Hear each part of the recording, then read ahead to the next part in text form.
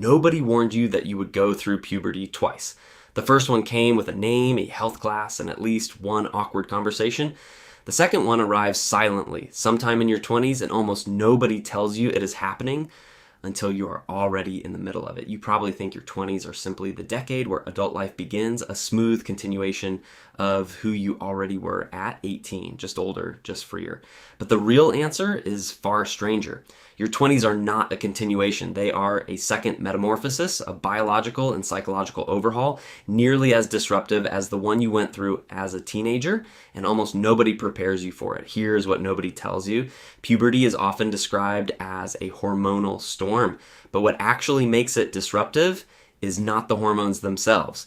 It is the fact that your brain, your identity, and your social world are all being rebuilt at the same time.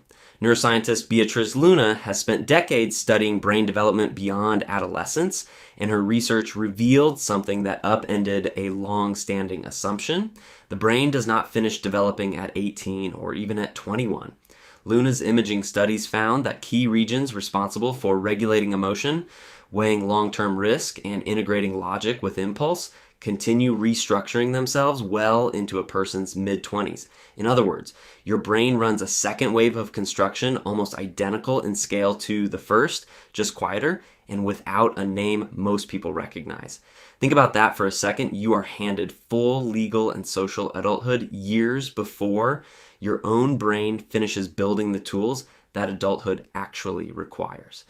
But the second metamorphosis is not only happening inside your skull. Psychologist Jeffrey Arnett, who coined the term emerging adulthood, found that the 20s function as a distinct developmental stage, one defined by identity exploration, instability, and a persistent feeling of being in between. Arnett's interviews with hundreds of young adults revealed a pattern that mirrors adolescence almost exactly. People in their 20s frequently describe trying on different versions of themselves, different careers, relationships, cities, belief systems, testing which one actually fits, the same way a 13-year-old tries on different friend groups and identities before landing on something closer to their true self. This is why so many people describe their 20s as confusing in a way nobody warned them about. It is not a personal failure to have your life figured out. It is your identity going through its second, and for many people, final major renovation. And there's a third piece to this puzzle, and it explains something almost everyone experiences, but almost nobody names correctly.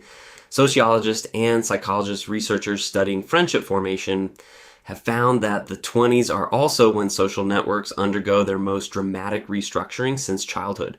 Studies on adult friendship, including long-term research led by sociologist Gerald Mollenhorst, found that the average adult loses touch with roughly half of their close social network every 7 years, and that this churn is at its most intense during the 20s specifically.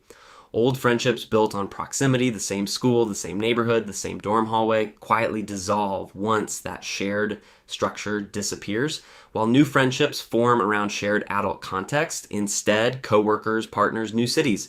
This is not a sign that something is wrong with you or your relationships. It is a structural inevitability, the social equivalent of shedding a layer of skin that no longer fits.